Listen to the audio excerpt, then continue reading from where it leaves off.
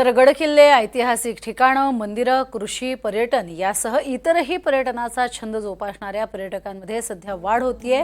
कधीही न पाहिलेली ठिकाणं पाहण्यासाठीची उत्सुकता अनेकांमध्ये असते।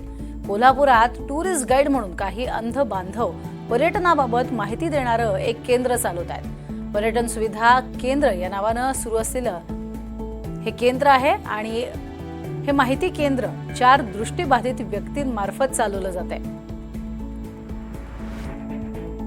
आणि याचा आढावा घेतलाय आमचे प्रतिनिधी विशाल पुजारी यांनी। थंड हवेची ठिकाणं, वनवैभव, गडकिल्ले, धरण असे विविध पर्यटनाची स्थळांसाठी कोल्हापूर हे प्रसिद्ध आहे।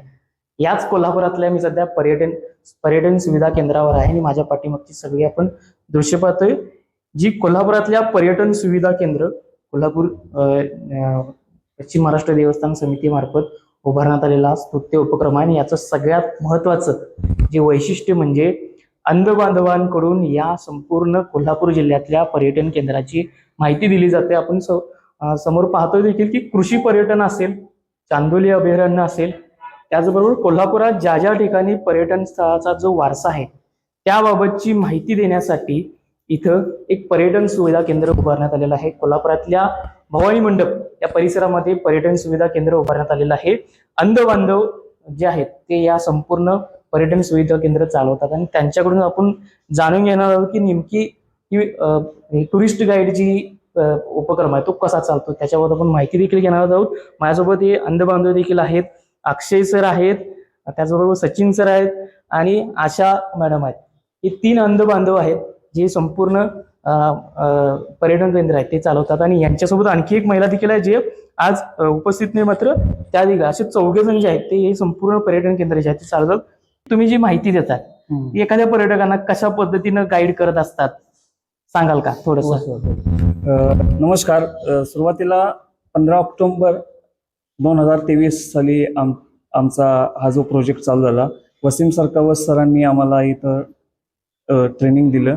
आमचं महिन्याभराचं ट्रेनिंग होतं।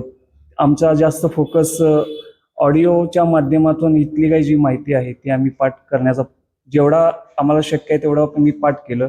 आणि त्यानंतर आम्हाला जे काय आमची साईन लँग्वेज आहे, ब्रेल लिपी, ह्या ब्रेल लिपीच्या माध्यमातून जेवढं काय आम्हाला लोकांपर्यंत नॉलेज पोहोचवता येईल तेवढं आम्ही आमच्या परीने आम्ही प्रयत्न करत असतो।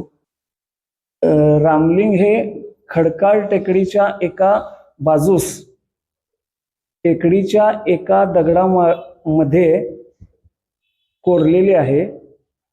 3.5 चौरस मीटर ही गुहा असून त्यामध्ये पाण्याच्या टाक्या बांधण्यात आल्या आहेत। आतील गणपती शिवलिंगाकार, वरून सतत पाणी झिरपते, बाहेरील बाजूस अशा प्रकारे म्हणजे आम्ही प्रत्येक पर्यटकाला माहिती देत असतो। निसर्ग सौंदर्य भुरळ घालतो। काय पर्यटकांचा कसा असतो, तुम्हाला प्रोत्साहन करतात, उत्साह भरतात, काय वाटतं या उपक्रमातून? आम्हाला खरोखरच खूप आम्हाला अभिमान वाटतो की आम्ही काय तर करू शकतो। आम्ही म्हणजे कुणावरही अवलंबून नाहीये। आम्ही स्वतः सगळं आम्ही सांगू शकतो, बोलू शकतो किंवा आम्ही सगळ्यांना मार्गदर्शन करू शकतो, याचा आम्हाला खूप अभिमान आहे।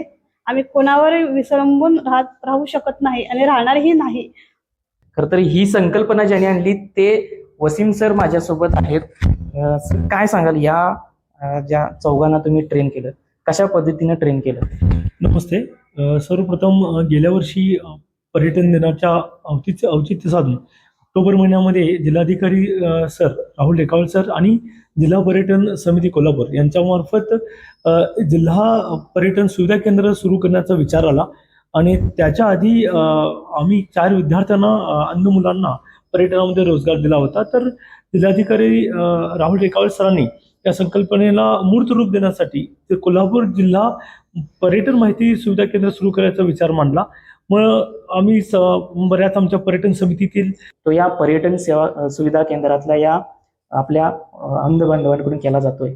अतिशय स्तुत्य उपक्रम आणि कोल्हापुरातल्या याच पर्यटन केंद्राला प्रत्येकानं भेट द्यावी असंच म्हणावं लागेल। विशाल पुजारी, NDTV मराठी, कोल्हापूर।